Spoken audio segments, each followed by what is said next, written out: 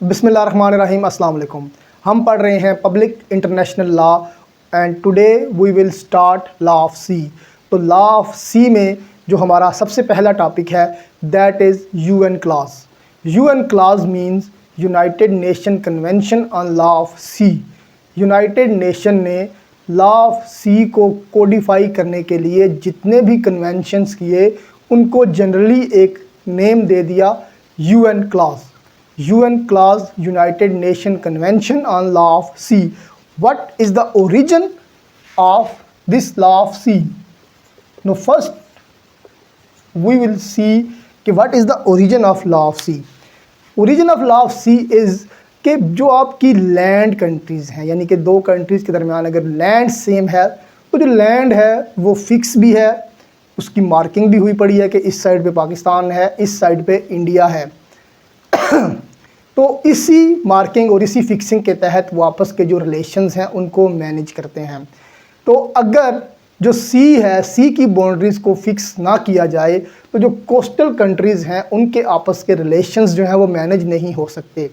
Coastal countries वो होती हैं कि जिन कंट्रीज़ की लैंड के साथ सी लग रहा हो। For example Pakistan is an coastal country, India जो है वो कोस्टल कंट्री है, यूरोप में मैक्सिमम जो कंट्रीज़ हैं वो कोस्टल कंट्रीज़ हैं। तो कोस्टल कंट्रीज़ अपने जो रिलेशंस हैं वो तब तक मैनेज नहीं कर सकती जब तक उनके दरमियान एक जो बाउंड्रीज़ हैं वो फिक्स ना की जाएं। तो एक ज्यूरिस्ट था ह्यूगो ग्रोशियस ने सबसे पहले एक प्रिंसिपल दिया था, that was mare liberum. Mare liberum means sea is free, that there is no need to boundaryize the sea, कि sea को बाउंड्रीज लगाने की ज़रूरत नहीं है। sea is free for every country, every sea। अब वो क्या ज़रूरियात थी, वो क्या नीड्स थी जिनके तहत sea की बाउंड्रीज फिक्स करनी पड़ी, वो क्या क्या ज़रूरियात थी। अगर हम उन नीड्स को देखें तो सी जो है वो जस्ट एक वाटर नहीं है। सी के अंदर बेशुमार जो है वो फिशरी है, लिविंग जनरेशन है, उसके अंदर बेशुमार मिनरल्स हैं, उसके अंदर बहुत ही कीमती किस्म के पत्थर हैं, नमक है, और सी जो है वो एज अ पैसेज यूज़ होता है for trade and for invasion in any country, यानी किसी भी कंट्री पर हमला करने के लिए भी सी का यूज़ किया जा सकता है। और अगर आपकी बाउंड्रीज सी पे सेट नहीं होंगी, आपकी ज्यूरिसडिक्शन सेट नहीं होगी, तो सी के अंदर जो पायरेट्स होते हैं, जो क्रिमिनल्स होते हैं, उनको भी आप नहीं पकड़ सकते, यानी उनके ऊपर भी आपकी गिरफ्त नहीं हो सकती। तो दीज आर द नीड्स जिनकी वजह से it was necessary to codify law of sea. अगली जो चीज़ है, अब अगर हम कोडिफाई करने जा रहे हैं, so what should be the basic principle before codification. Basic principle should be land dominates the sea. This will be the basic principle कि जो जिस कंट्री के साथ सी आपका लग रहा होगा उस कंट्री की जो लैंड होगी दैट विल डोमिनेट्स द सी, के उस कंट्री की ही उस पे ज्यूरिसडिक्शन होगी जिस कंट्री की लैंड सी के साथ टच कर रही है। This is the basic principle before making law of sea. अब हम चलते हैं अपने टॉपिक की तरफ जो कि हमारा है UN clause, United nation convention on law of sea. तो सबसे पहले यूएन क्लॉज 1 हुई।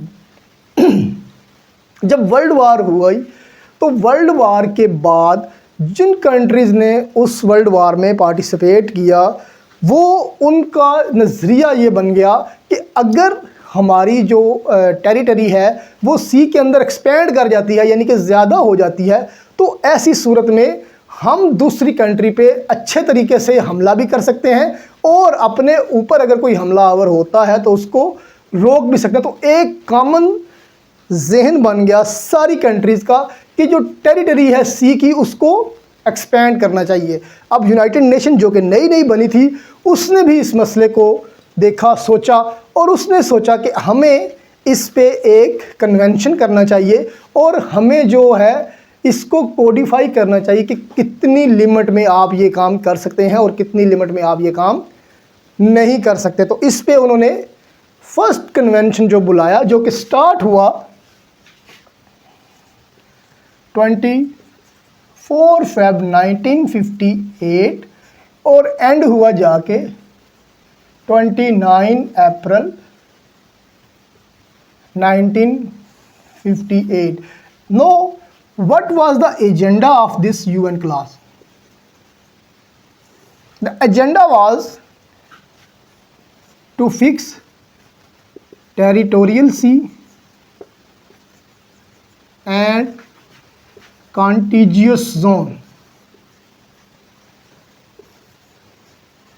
कि किसी भी कंट्री की टेरिटोरियल लिमिट्स कितनी होंगी और उसका कॉन्टिजियस जोन क्या होगा।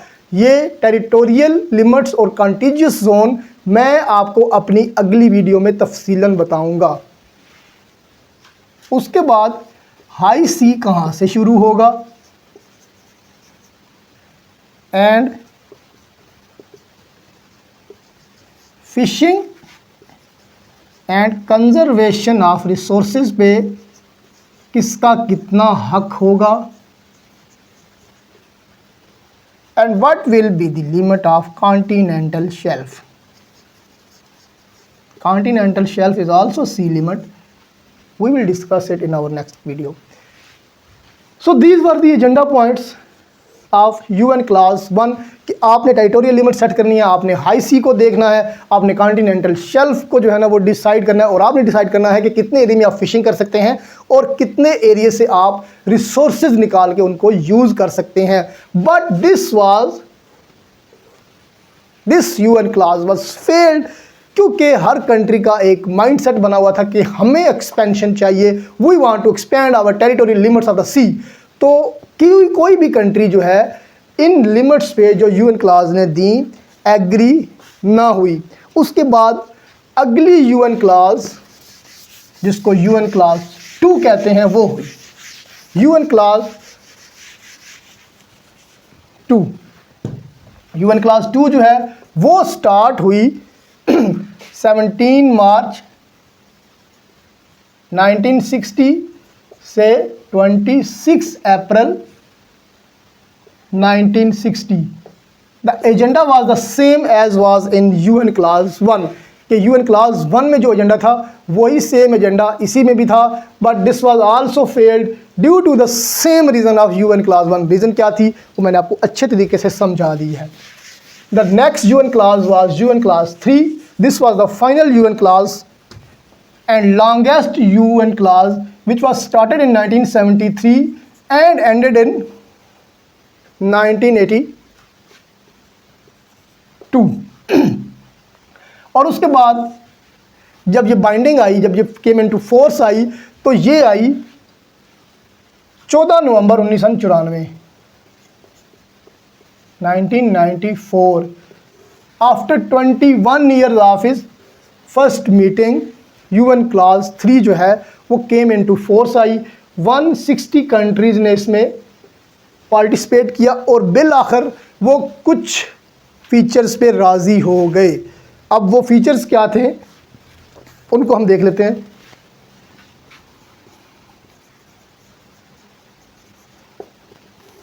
The first feature was definition of maritime zone. Maritime zone को उन्होंने डिफाइन कर दिया। And the second is territorial sea की जो लिमिट है वो सेट कर दी, and they have also set contiguous zone. अच्छा, इनके बारे में तफसीलन तो हम अपने नेक्स्ट लेक्चर में पढ़ेंगे, बट इन दो चीज़ों के बारे में आपको मैं बता दूं क्योंकि ये बहुत ज़्यादा यूज़ होंगी। If this is the land and this is the sea, this is land and this is the sea. So the distance of 12 nautical mile, air और सी में आपके नॉटिकल माइल यूज होते हैं। तो डिस्टेंस ऑफ 12 नॉटिकल माइल जो होगा that is territorial limit. No the distance of another 12 nautical mile it will be included as 24 nautical mile बन जाएगा ये। सॉरी। तो ये होगा आपका कॉन्टिजियस जोन। अब कॉन्टिजियस जोन को आप इसी 12 नॉटिकल माइल को कॉन्टिजियस जोन कहेंगे, इस 12 नॉटिकल माइल को आप टेरिटोरियल लिमिट कहेंगे। टेरिटोरियल लिमिट का मतलब है कि आपकी कंप्लीट जुरिसडिक्शन, कंप्लीट सॉवरेंटी है इन 12 नॉटिकल माइल्स पर। और उसके बाद complete sovereignty mean under the sea and above the sea, sky में भी और सी के अंदर भी आपकी कंप्लीट सॉवरेंटी है। But in case of continuous sea में अंडर द सी तो है, अबव द सी भी on the surface of the sea भी है, but not on the sky of the C.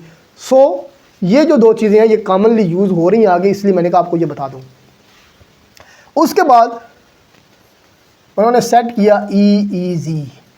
EEZ means exclusive economic zone. इसके साथ ही they also decided whether what could be the continental shelf. साथ ही high सी को भी उन्होंने डिफाइन कर दिया कि what could be the high sea. मैं बार बार यही कह रहा हूं कि इनके बारे में तफसीलन मैं आपको अगली वीडियो में बताऊंगा, तो इसलिए परेशान नहीं होना। इंटरनेशनल सी बेड एरिया ये भी उन्होंने डिफाइन किया। उसके बाद passage of ship is very important feature कि जो आपकी ट्रेड शिप्स हैं, जो आपकी नेवल शिप्स हैं, वो कौन कौन से पैसेज को यूज़ कर सकती हैं। उसके बाद प्रोटेक्शन ऑफ मैरीन इन्वायरमेंट, इसके बारे में उन्होंने लॉज बनाए। अब इसकी प्रोटेक्शन क्यों ज़रूरी है इस इन्वायरमेंट की? इसकी प्रोटेक्शन इसलिए ज़रूरी है कि जो आने वाली नस्लें हैं उनके लिए भी सी फ़ायदेमंद रहे, सी ख़राब ना हो। उसके बाद अगला जो उन्होंने कहा जी फ्रीडम ऑफ साइंटिफिक रिसर्च, इसके लिए उन्होंने पैरामीटर सेट किए कि साइंटिफिक रिसर्च जो है उसके लिए कितनी फ्रीडम किसी को मिल सकती है अंडर द सी और above the sea. And then they decided exploitation of resources कि how to use the sea resources and who can use those resources. तो अगर हम ओवरव्यू देखें तो UN क्लास 3 हुई, 2 जो थी वो बिल्कुल बेसूद थी और एक जो आखिरी थी उसमें मल्टीपल कन्वेंशंस हुए और वो जाके बाइंडिंग हुई तमाम कोस्टल कंट्रीज़ पर। तो अगर आपको ये वीडियो अच्छी लगी हो तो इसको लाइक करें, इसको शेयर करें और मेरे चैनल को ज़रूर सब्सक्राइब करें। Thank you.